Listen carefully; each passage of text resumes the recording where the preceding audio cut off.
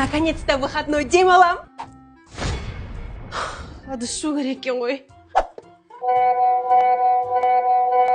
Апай, мен мектепте қара кроссовка жоғалып кетті. Сіз көрмедіңіз бе мен қара кроссовкамды? Мирас, мен қайдан білем сен кроссовкаң қайда екен? Не болып жүрмейсің бе? Қаз балам. Тыныш балам, қаз балам, қаз. Әй, сынып жетекші, неге менің балам Арлан фотода четте тұрып қалған? Ортаға тұрып жүрмейсіз бе?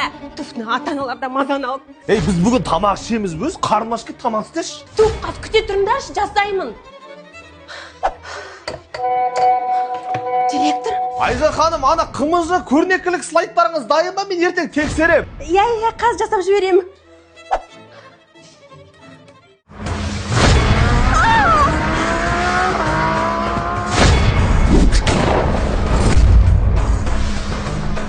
Рахмет, мені құтқарып қалдыңыз. Қарындас байқап жүрмейсе, мәшін қақып кетеді ғой. Сол үшін бір билеп жүрейік. Ей, Магараджа! Әке? Менің қызымның жанында не істеп жүрсің? Өлтіріңдер!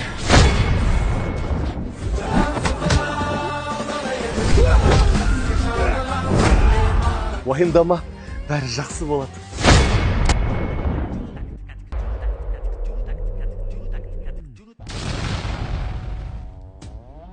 Әке, мен оны сүйем. Қызым, сүйем, күйем деп жүргенде ұбытыға тамды бақытты болдар. Олай болса, өзіміз отырып бір бейбелейге.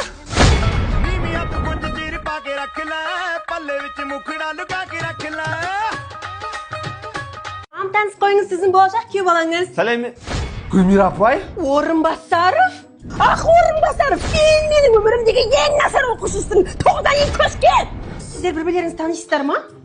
Бұрынғы сынып жетекшім ғой. Қойш, қызымна бүкіл әлемде жігіт құрып қалды ма? Именно мына двойщикпен кездесу керек пе? Жоқ, апай, мен қазір өзгерген. Қойши, шашымның бәрін ағартқан осы сен. Телефоным қайда? Ақшаң көп болса да қиын, е? Қалтаңда ақша толып жүр.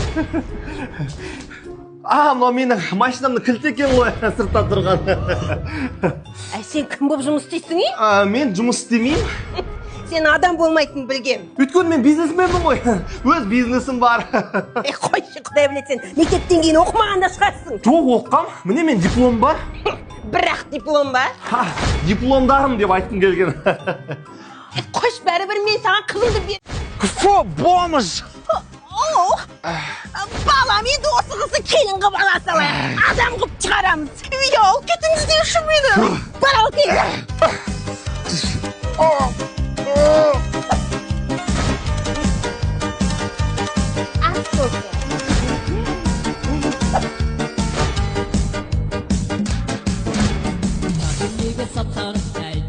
Енді мына үстімдегі кір-қожалақ киімді шешті, мынаны ки. Қазір. О, міне, енді адам болдың. Рахмет, сіздерге киім күшті жарасып тұр. Әй қыз, сен енді ақша табуды үйрену керексің. Бүгіннен бастап бизнеспен айналысасың. Бизнес? Иә, қаламсаптан констовар алып, соны сатасың. Қазір сезон. Қаламсап? Туған күніңмен! Құтты болсын жаным. Мә, тілек. Мә саған гүл. Бірақ ойлықске салып сатып жүрме гүлді. Жүр төрле тамақ ішейік. Жетеш, туған күнді осы жерге қарсы аламыз ба? Кафе бір жерге бармаймыз ба? Ой, зачем кафе? Майонезбен жей берейміз ба? Бірақ тоқта, бірінші сыйлығыңды берейін. Бірақ шок болып қалып жүрме. Сыйлық? Құтты болсын. Айфон, рахмет жан. Носки? Необычный подачам бергім келген ғой. Еще біреу ғана ма? Келесі 8 мартта беремін. Жүр кел. Тоқташ, не туған күн мынау? Маған хотя бы торт бермейсің бе? Міне менің тортым сен сияқты әдемі. Туф, хотя бы нормальный торт алайықшы. Жүр кеттік. Той хотя бы самал кекстан торт алып берші. Ақтөбедегі номер 1 торттар 100% халал, өздерінің цехтары да бар. Жоқ, сен мен туған күніме бір жақсы торт алып бере алатын шығарсың. Туй, сенде бір ақша жоқ кезде бір осы торт деп.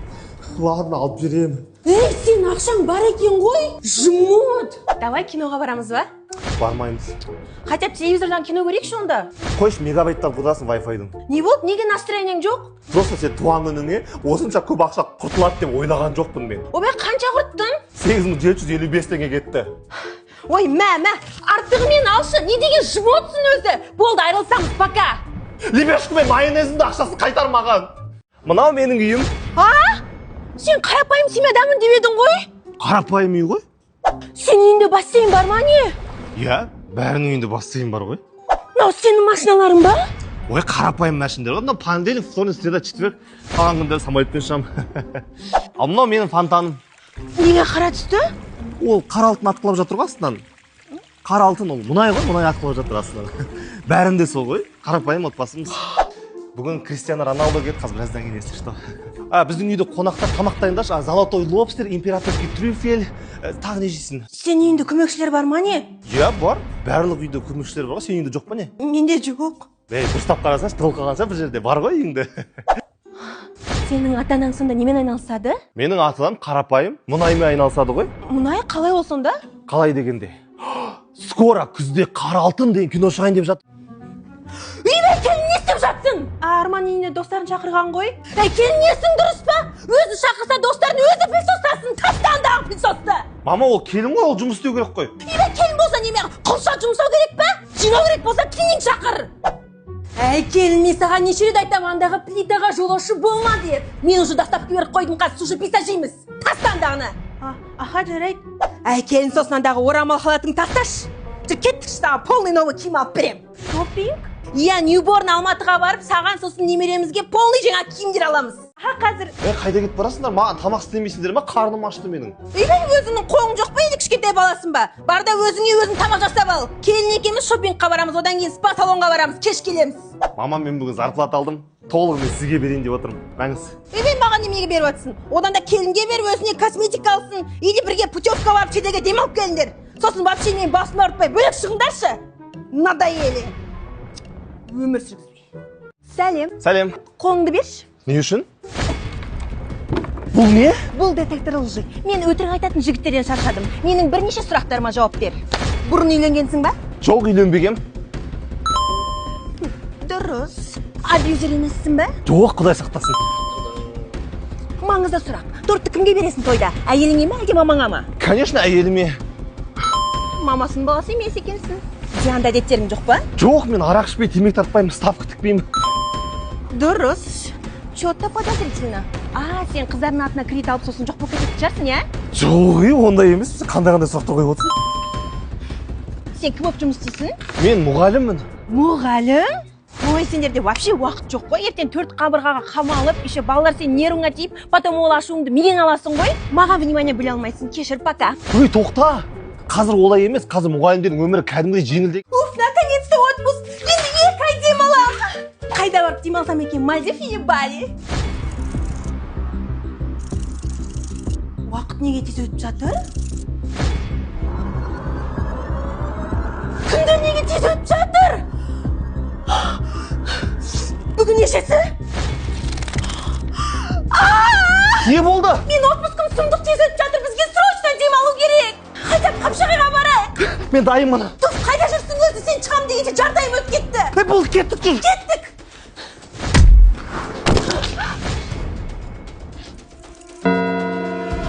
Болды ма не? Директор? Айжан, отпуск бітті ғой, қайда жүрсің? Шық болды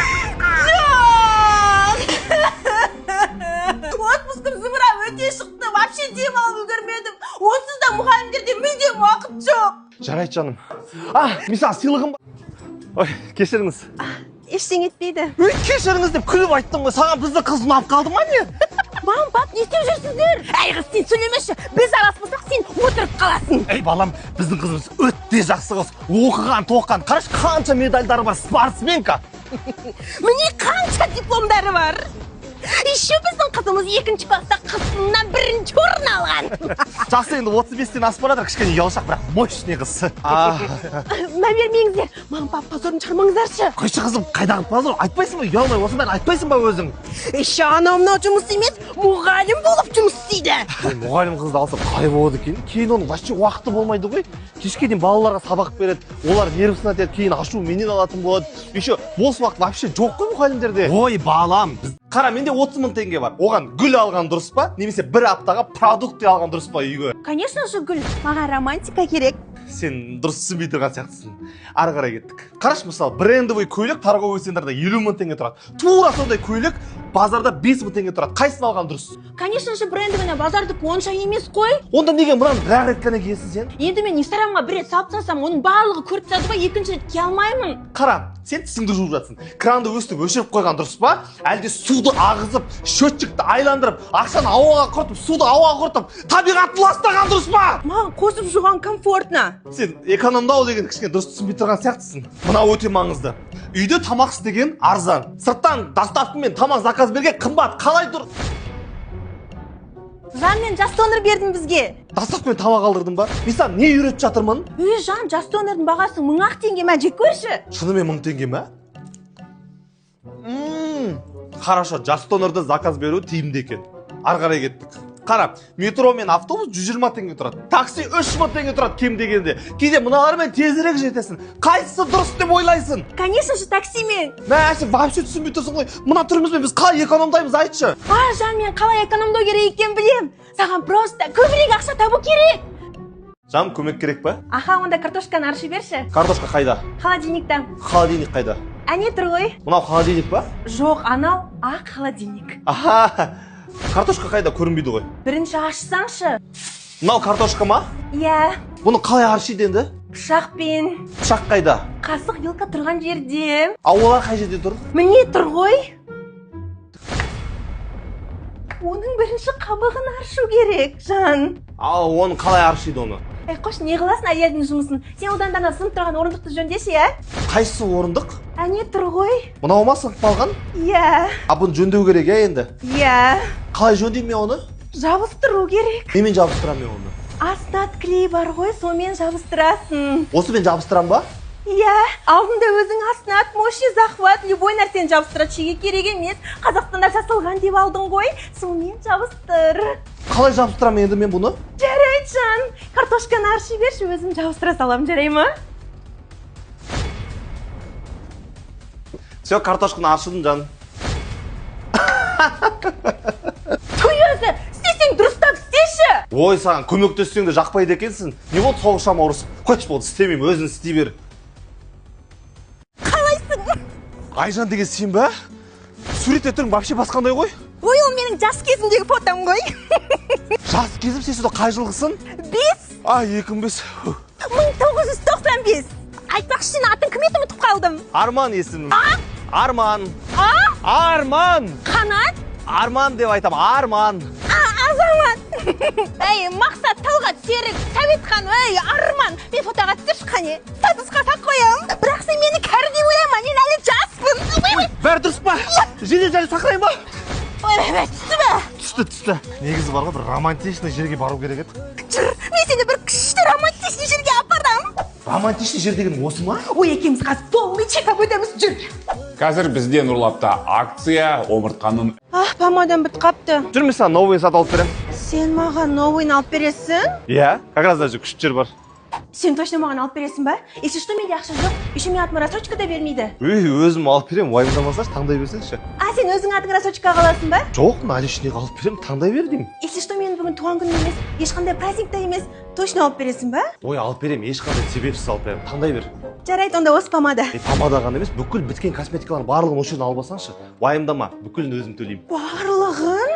Онда маған крем, SPF, тонер, умывашка, серум. Смело сала бер. Монтида корейский оригинальный косметикалар, арзан подделкалар емес. Еще әр апта сайын апталық скидкалар болады. Ең популярный тауарларға 30%-ға дейін жеңілдік. Және әр бейсенбі күні студенттік күн болады. Бүкіл косметикаларға 20%-ға дейін жеңілдік. Рахмет. Сен маған осының барлығын міндетсініп, кейін манипулировать ету үшін алып бердің ғой, ә? Жоқ, не айтып тұрсың сен? Сен маған ештеңе қарыз емессің. Бұл саған сыйлық. Жүр, тамақ ішеміз. Осындай да жігіттер болады екен ғой. Күйеу бала, сәлем бердік қайната. Не болды? Саған әкең тамақ істеуді үйретпеген бе? Не мына тамағың? Қазір дұрыстап істейме, кешіріңіз, е. Не бәлем мына шайларың? Туф, мына күйеу бала әлі күнге шай қоюды білмей ма? Қанша рет айтамын, енеңе қою қып құясың деп. Кетті, сөз көтер алмайды. Бір дұрыс сұрақ күйеу бала табылмады ма, қызым? Мені сендер не бұл үйге құл қылып алдыңдар ма? Еще маған бала неге қайта маған ұрса береді? өзі таңнан кешке жұмыс істейсің, мені осы үйге қамап қойдың 4 қабырғаға. Қойшы еркек, ата енеге қызмет ету әрбір еркектің міндеті. 1 жыл шыдаш, одан кейін бұйырса бөлек шығамыз. Сен 1 жыл бұрын сөйтіп айтқансың. Ей, күйеу бала, сәлем берді қайнада. Мен еркек болып ауыр жұмыс істеймін ба? Қызыңызға неге айтпайсыз? Ей, біздің қызымыз күні бойы жұмыс істейді, уақыты жоқ. Өзің бір істеп көмектесіп жүрсеңші. Кетті әне. Ту папа мені алып кеттіңдерші, мен әбден шаршадым мына жақта. Ой, бала, мен бүкіл еркектің өмірі сондай ені, не істейсің? Үндеме, оларды үндемей жеңесің. Айттық қой саған, барған жерге тастай батып судай сің деп. Еще қайнатаның көзінше маған қайта звондай бермей ұят болады. Арман деген сен ба? Иә, мен. Бастаймыз ба? Давай бастайық. Бұрын үйленгенсің ба? Жоқ, үйленбегенмін. Ал сенші? Мен де тұрмысқа шықпаған. Сен немен айналысасың? Мен салонда визажист болып жұмыс істеймін. Все, жақсы. Ал сенші? Мен сол ауылда егін егемін, бал өсіремін, өзімнің фазендам бар. О, ақшаны жақсы табатын сияқтысың ғой? Иә, еще ауыл партиясының мүшесіміз. Біз ауылды қазір ауыл партиясымен гүлдендіріп жатырмыз ғой. Вау, пысық екенсің. Кредиттарын көп емес па? Енді кішігірім 300 000 теңге кредитім бар, сосын азынаулап микрозайм. В принципе, төлей алатын сияқтымын. Енді жасымыз да келіп қалды дегендей, денсаулық жағы қалай? Енді арасында сай сүйегім сырқырап, бір ауыратыны бар, бірақ басынан денсаулығым жақсы. Соңғы маңызды сұрақ. Тойға қаншадан шақырамыз? Шынымды айтсам, мен той жасағанға қарсымын. Одан да ол ақшаға квартира алмаймыз ба? Мен де тура солай ойлаймын ғой. Еще содан ақша қалса, шетелге шығып демалып келмейміз ғой лучше. Точно. Оннан 10 бал алдым. Маған ұнады. Болды, онда ЗАГСқа кеттік па? Кеттік. Привет, қалайсың? Сіз армансыз ба? Иә, мен ғой. Сүйретті. Вообще басқандайсыз ғой? Ей, ол мен жас кезімдегі суретім ғой. Жас кезімде сонда нешінші жылғысыз? Мен 6-мын. 2006 ма? Жоқ. 1996. Айтпақшы, сен атың кім еді, есімнен шығып кетті. Айжан. Айжан. Балжан? Айжан. Маржан? Туф, Айжан. Аружан. Аружан, қара, мен күшті видео істедім, қара. Қалай, Сабыржан, ұнады ма? Жесеш, тағы бірдеке заказ берейін ба? Бүгін маған пенсия түсті, ақша көп. Пожалуйста, бізге скидка жасап беріңізші. Жарайды, сіздегі 20% жеңілдік жасаймын, жарай ма? Жоқ, бізге 50% скидка жасап беріңізші. Ладно, 50% жеңілдік болады. Доставка мен установкында тегін қылып беріңізші, жағдайымыздашы. Бопты, доставка, установка тегін. Рахмет! Адрес қай жаққа жеткізу керек? Доставканы біздің Көктөбедегі 3 этажды вилламызға апарасыз ғой. Әне біздің Бентли тұр, соның атынан еріңіздер, иә? Жүр жаным.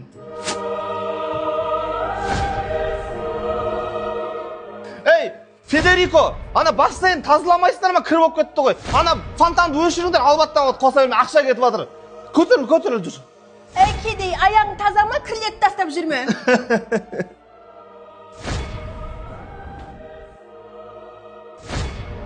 Люстраны мына жерге ілу керек.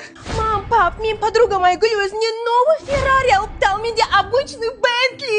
Ойбай қызым, сен аяғын бүйтесің, ана сейфта $1 миллион тұр, соны ала бер. Рахмет, папа. Не үйге бірдеңе алдыңдар? Мынау мен братишкам. Ой, сүйкімді екен. Отыра бер, мен қазір келем. Қалайсың, жеңеше? Сен сөйлей аласың ба не? Я, мен сөйлей алам, только ешкімге айтпаңыз, бұл секрет. Мә, сен онда сөйлей алсаң, менің 1-2 сұрағыма жауап берші. Ойбай, тегін айтпаймын, маған ақша төлеңіз, сол кезде айтамын. Мә, жастар шустыңсыңдар, иә? Мә, сенің ағаңның подпискасында Айка деген қыз бар. Ол кім? Ол Айка деген, ол менің ағамның бір шаясы. Екеуі арасында сөйлеседі. Келесі сұрақ. Кеше ағаң маған түсте сообщенияларыма жауап бермеді. Ол сол Айкамен қыдырып жүрді ма? Ой, кеше.